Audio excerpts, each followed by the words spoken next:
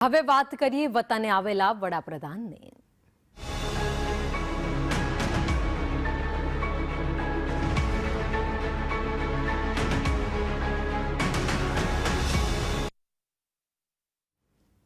તો પ્રધાનમંત્રી નરેન્દ્ર મોદી આજે ગુજરાતના પ્રવાસે છે। પીએમ મોદી હેલિકોપ્ટર મારફતે અંત્રોલી જવા રવાના થઈ ગયા છે।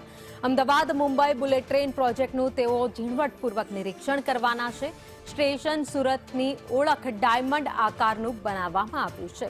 તો સુરતથી બિલીમોરા રૂટ પર બુલેટ ટ્રેન દોડાવવામાં આવશે, જેનું નિરીક્ષણ કરવા માટે પ્રધાનમંત્રી ખુદ પહોંચ્યા છે।